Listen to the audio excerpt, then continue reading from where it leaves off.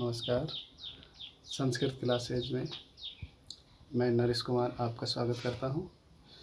आज हम एक यूट्यूब के माध्यम से आपको संस्कृत अच्छी तरह से समझाने के लिए एक वीडियो लेकर आए हैं। आशा करता हूं कि आप सब विद्यार्थी मित्रों को ये वीडियो बहुत अच्छा लगेगा और आपके उज्जवल भविष्य की कामना के लिए मैं शुरुआत करता हूँ। एक छोटे से टॉपिक, वाक्य रचना।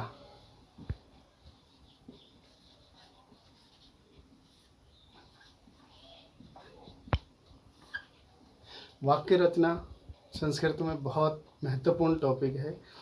बोर्ड्स में इससे संबंधित एक जो प्रश्न आता है उसमें 4-5 वाक्य दिए जाते हैं। उनको संस्कृत में अनुवाद करने के लिए विद्यार्थी से कहा जाता है और ये वही विद्यार्थी अच्छे से कर पाता है जिसे संस्कृत की वोकैबुलरी और वाक्य रचना का बहुत अच्छा ज्ञान होता है। इसी के लिए हम आप सबको इस वाक्य रचना को समझाने का प्रयास कर रहे हैं। देखिए,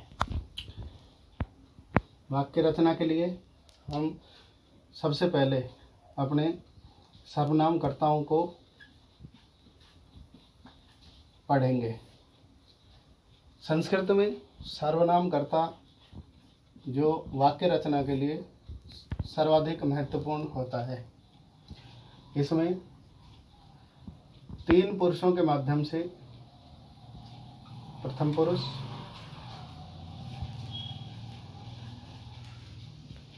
मध्यम पुरुष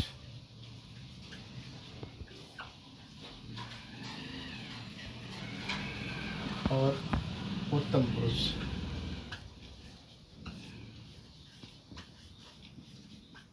तथा 3 वचनों के माध्यम से एक वचन, द्विवचन, बहुवचन।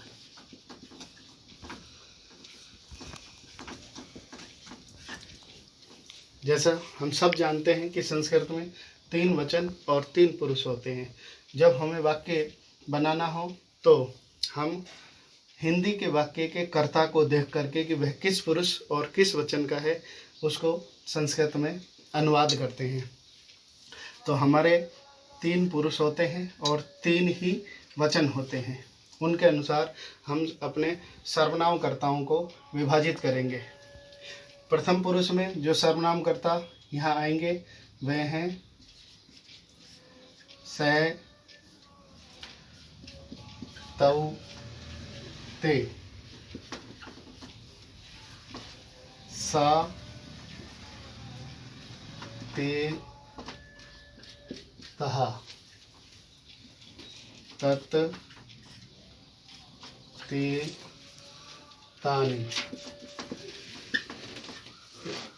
ये प्रथम पुरुष के कर्ता हैं।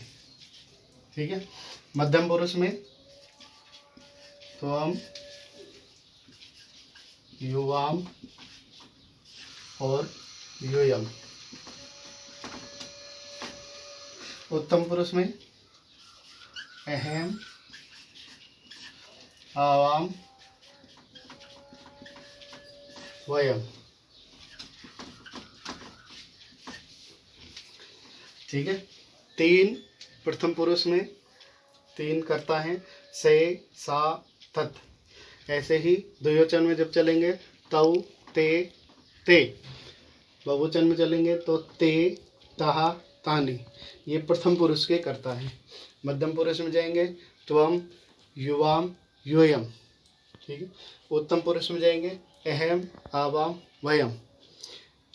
ये तीनों अलग अलग पुरुषों के लिए काम में आते हैं। इनका प्रथम पुरुष में इनका अर्थ होता है वह। इन तीनों का ही एक साथ अर्थ होता है मिला करके वह। और आगे के तीनों का अर्थ है वे दोनों। और फिर बहुवचन में चलेंगे तो वे सब।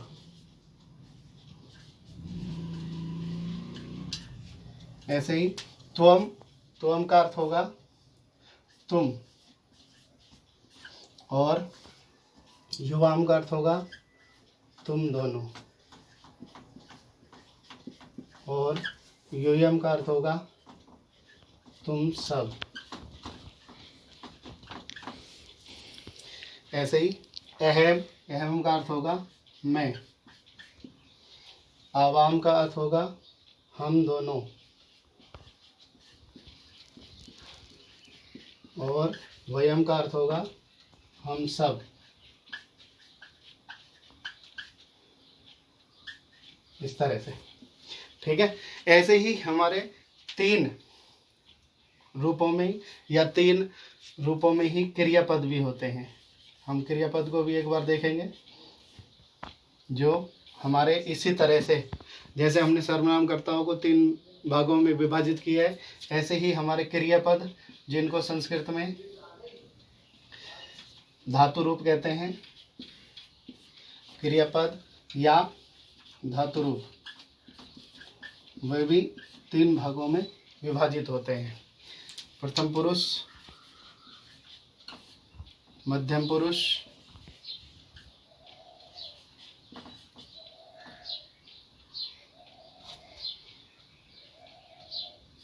मध्यम पुरुष और उत्तम पुरुष।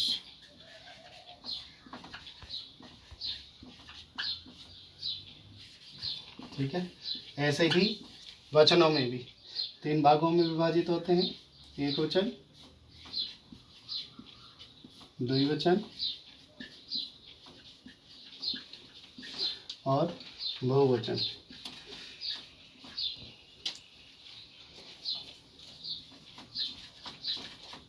ठीक है। जैसे 3 भागों में ये विभाजित है, ऐसे ही 3 के 9 भागों में धातु रूप भी विभाजित होता है। किसी भी लकार के हम धातु रूप को लिखेंगे तो वह 9 भागों में लिखा जाएगा। प्रथम पुरुष के अभी मैं लट लकार का पट धातु का रूप लिख रहा हूँ, लट लकार, ठीक है, और पट धातु।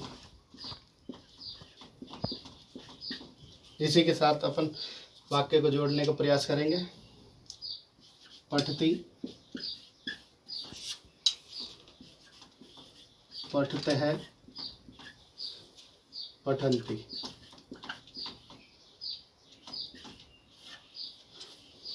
पठसि,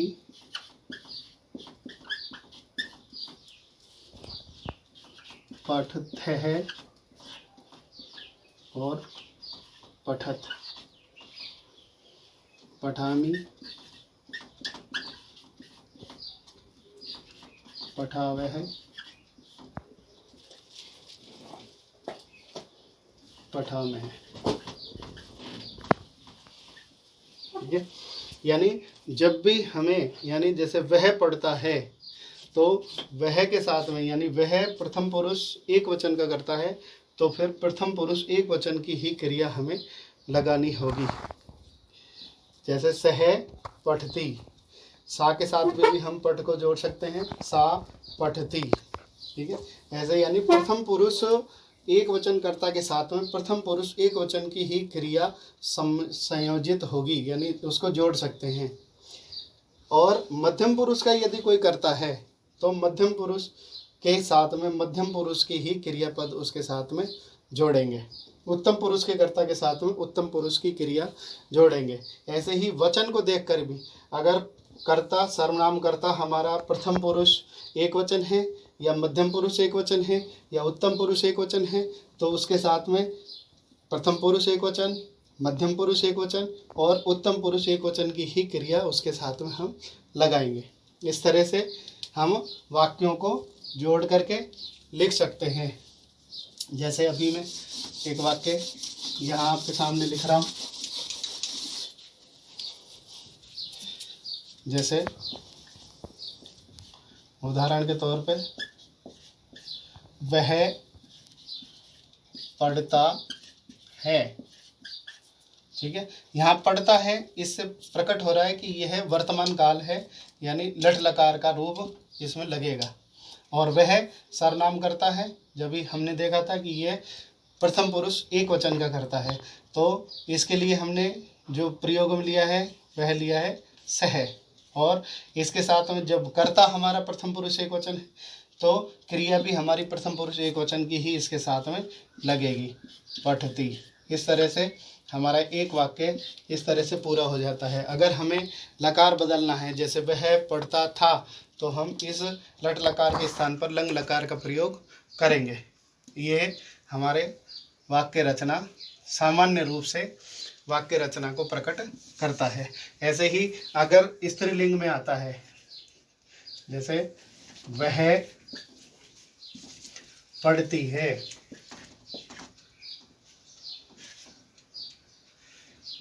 पढ़ती है।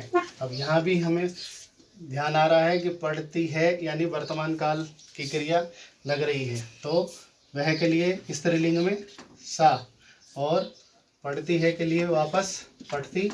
इस तरह से एक वाक्य बन गया हमारा, वह पढ़ती है, सा पढ़ती। अगर कोई उत्तम पुरुष का कर्ता यहाँ आता है तो हम उसके साथ में उत्तम पुरुष की ही क्रिया लगाएंगे। धन्यवाद।